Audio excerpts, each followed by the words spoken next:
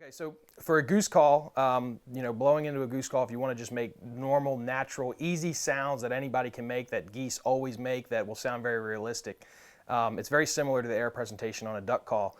You want to blow that hot air from your diaphragm. You don't want to blow your cheeks out like you're blowing up a balloon.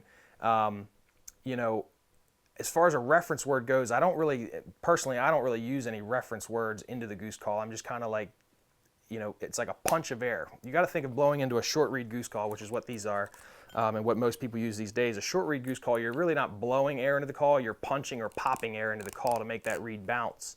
So it's a very sharp, crisp pop of air that makes the reed bounce and give you that clucking sound. So the cluck is the one sound that just about anybody can make. It's very easy to make, and it sounds like a goose. Goose use it all the time. And I just, real fast, like, into the back of the call, it would be, and I'm cutting that air off with the T sound in my mouth.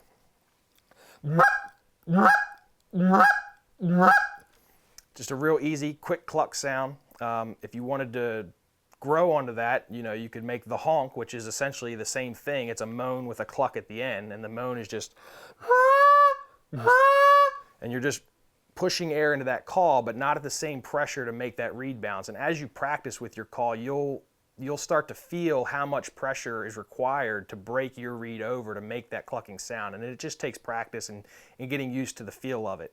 So the honk would just be adding those two things together, the moan and the cluck. And putting those two notes together gives you your honk. So with a cluck and a honk, it's really the only thing you need to kill geese. If you're working a spread of geese, working a flock of geese way off in the distance, again, I would use very loud, drawn-out noises. Certainly have somebody on the flag, waving the flag to get their attention, to bring them over to where you can give them more realistic stuff. And then I would just switch into those clucks and the honks.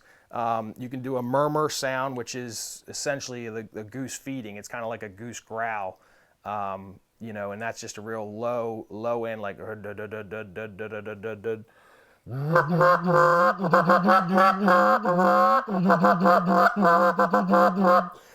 that can be used at any time. There's always geese. If you have a flock of geese on the ground, there's going to be one or two geese that are just kind of making that growly sound, that murmur.